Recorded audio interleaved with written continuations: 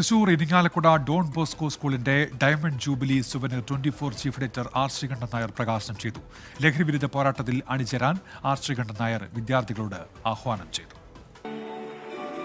1962 ആരംഭിച്ച കേരളത്തിലെ ആദ്യ ഇംഗ്ലീഷ് മീഡിയം സ്കൂൾ ഡയമണ്ട് ജൂബിലിയുടെ ഭാഗമായി ഒരു വർഷം നീണ്ടുനിന്ന പരിപാടികൾ, അവയുടെ വിശേഷങ്ങൾക്കൊപ്പം വിവിധ മേഖലകളിൽ പ്രമുഖരായ പൂർവ്വ വിദ്യാർത്ഥികളുടെ രചനകൾ കൂടി ചേർത്താണ് സുവനീർ തയ്യാറാക്കിയത്. ഡോൺ ബോസ്കോ സ്കൂളിന്റെ ഇന്നലകളെ അടയാളപ്പെടുത്തുന്ന souvenir 24 chief editor R Sreekantan Nair പ്രകാശനം ചെയ്തു.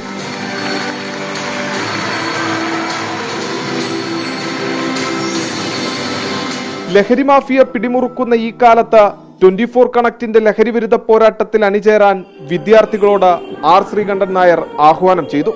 കഞ്ചാവ് നന്നായി ഉപയോഗിക്കുകയാണെങ്കിൽ, MDMA പോലെ മാരകമായ ലഹരി വസ്തുക്കൾ നിങ്ങൾ ഉപയോഗിക്കുകയാണെങ്കിൽ, കുട്ടികളോട് ഞാൻ പറയുക, ഏതെങ്കിലും ഒരു രോഗം നിങ്ങളുടെ ശരീരത്തെ ബാധിച്ചു കഴിഞ്ഞാൽ ഒരു മരുന്ന് നിങ്ങളുടെ ശരീരത്തിൽ ഏൽക്കാതെ വരും. ഞാൻ തന്നെ ഒരു 13 വയസ്സുകാരി പെൺകുട്ടിയോട്, ആ കുട്ടി MDMA കഴിച്ച് ശീലിച്ചിട്ട് അവസാനം ഒരു സ്കൂളിന്റെ അവിടുത്തെ കുട്ടികൾക്ക് ഈ പാഷാണം വിതരണം ചെയ്ത കാരിയറായി മാറി.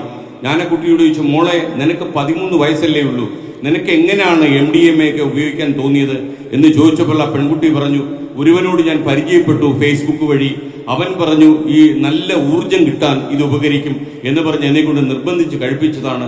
അങ്കിളെ, ഞാൻ അറിയാതെ അതിന് അഡിക്റ്റ് ആയിപ്പോയി. 24 എഡിറ്റർ ഇൻചാർജും ഡോൺ ബോസ്കോ സ്കൂൾ പൂർവ്വ വിദ്യാർത്ഥിയുമായ PP ജെയിംസ് ആശംസകൾ അറിയിച്ചു.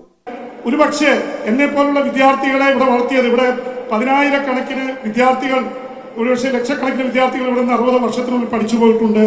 അവരെയൊക്കെ വളർത്തിയ ഈ ഡോൺ ബോസ്കോ ലോകത്തെമ്പാടും 3000-ലേറെ സ്കൂളുകൾ, ലോകത്തിലെ ഏറ്റവും വലിയ നെറ്റ്വർക്ക് ഓഫ് ഇൻസ്റ്റിറ്റ്യൂഷൻസ്. ഇത് നമ്മൾ ഓർക്കണം.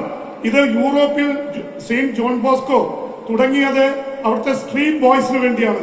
അവിടെ ഒരു വലിയ വിപ്ലവം സൃഷ്ടിച്ചാണ് ലോകമെമ്പാടും എത്തിയത്. ഒരുപക്ഷെ ഡോൺ ബോസ്കോയിൽ പഠിക്കാന്നുള്ളത് നിങ്ങളുടെയൊക്കെ നമ്മുടെയൊക്കെ അഭിമാനമാണ്.